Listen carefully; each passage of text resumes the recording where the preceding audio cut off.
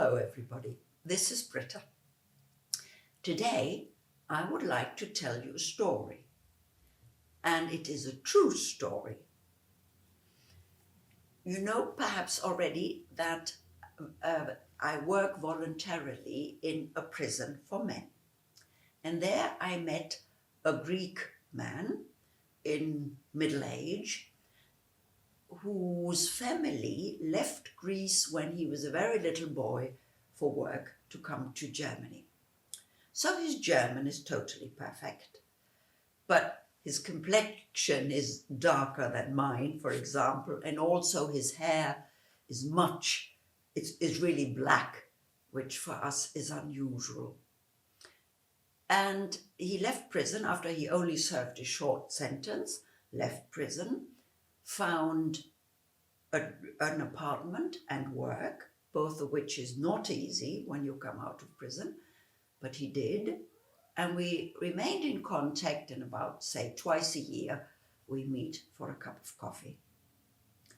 And shortly before Corona, we met, and he told me the following story. So he's a very good worker, and he had a good job, had found a good job, and there were two colleagues of his who obviously tried to get him to leave in exasperation so that they would get his better job. And he gave me the details, and it was really bad. They really behaved nastily towards him. And in the end, he really did give up. And so he ended this report of what they had been doing to him by saying, yeah, but that was to be expected because they are Turkish. And I flared up. Unfortunately, I flare up very easily. And I said, but that's racist. How can you say such a thing? Now he flared up. He certainly wasn't a racist. He, who knew what racism was, with his dark complexion and the black hair in Germany, he knew what racism was better than I, and he was certainly not a racist. So I said, okay, how many Turkish people do you know? And he said, two, these two.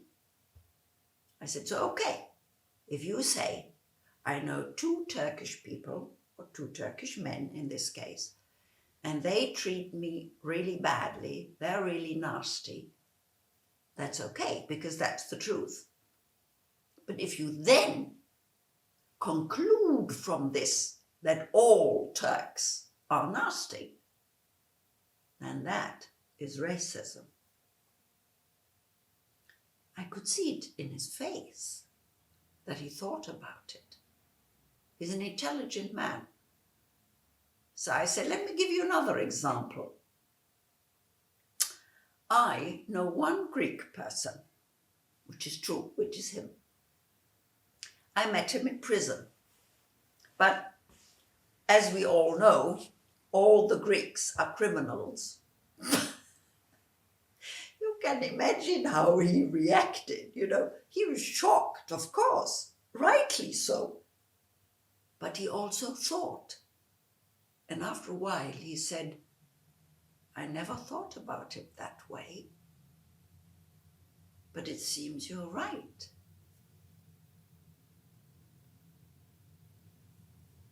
And there's another true story I want to share with you, which perfectly matches this story. And as I said again, both are really not making anything up. It's true. An acquaintance of mine, a young Turkish man, for political reasons, he felt he had to leave his native Turkey. And if you leave Turkey westwards, Greece is, of course, the first country you come to. 4 weeks, this was this summer. 4 weeks after he had arrived in Greece, we phoned for the first time. And I said, so, how are you getting on? How is it? Because, of course, he doesn't speak a word of Greek. Who does? And he said, you know, Britta, I have always known that the Greeks don't like the Turks.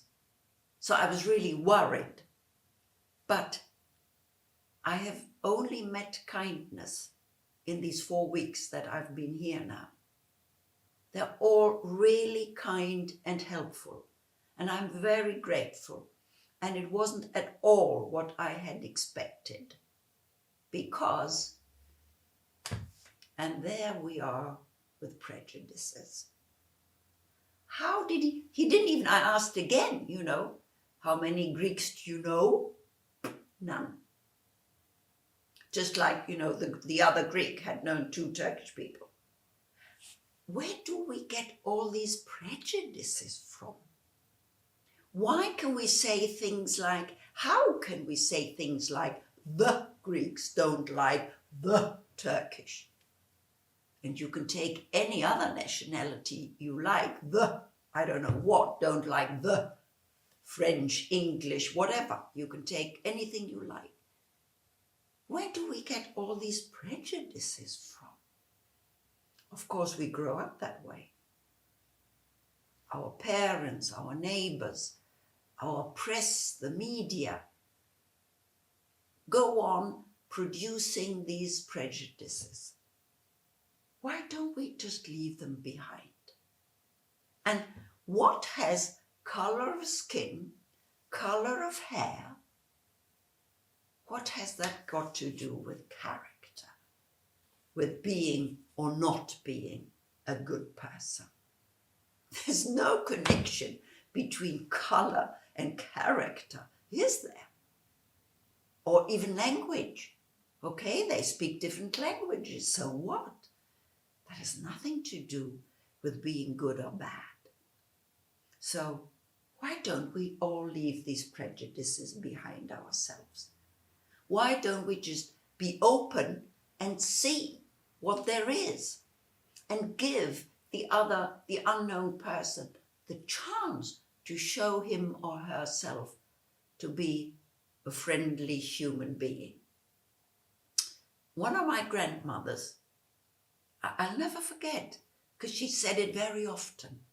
She always said, and I was very small when she started saying it, always said, the way you address a person is directly reflected by the way he or she reacts back. Because I didn't quite understand, I was too small. But it's obvious, isn't it? If I address somebody kindly, why wouldn't he or she return my kindness? And the other way around too. If I address somebody in an aggressive way, why would he or she not react aggressively? So let's all leave these prejudices behind ourselves, encounter other people openly, be curious about the difference. That is something we got to talk to some other time. Yeah, but that's too important now. I come back to that point, difference.